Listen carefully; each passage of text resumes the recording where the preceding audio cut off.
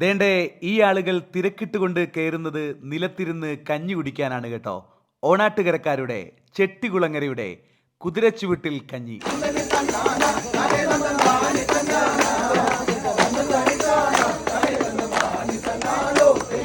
തനത് കാർഷിക വിഭവങ്ങളായ ചേമ്പ്, കാച്ചിൽ, ചേന കൊണ്ടുണ്ടാക്കുന്ന അസ്ത്രവും മുതിരയും ഉണ്ണിയപ്പവും അവല് വിളയിച്ചതും പഴവും പപ്പടവുമൊക്കെയാണ് കഞ്ഞിക്കൊപ്പം ഉണ്ടാകുക.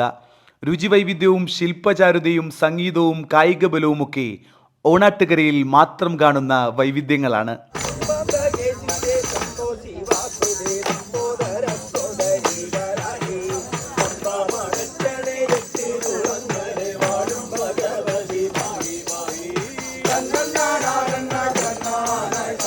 ഓലക്കീറും ഈർക്കിലിയും കൊണ്ടുണ്ടാക്കുന്ന തടയിൽ പ്ലാവിലക്കുമ്പിളിൽ വാടയിലയിട്ട് നിലത്തിരുന്ന് പണക്കാരനും പാവപ്പെട്ടവനും ഒരേപോലെയാണ് കഞ്ഞി വിളമ്പാറ്.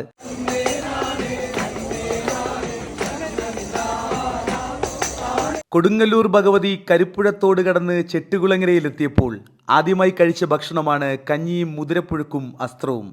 ദേവിക്കായി ഒരു കരയുടെ പ്രതീകമായി കെട്ടുകാഴ്ചകൾ ഒരുങ്ങുമ്പോൾ ശിവരാത്രി നാൾ മുതൽ 3 നേരവും കഞ്ഞിയുണ്ടാവും.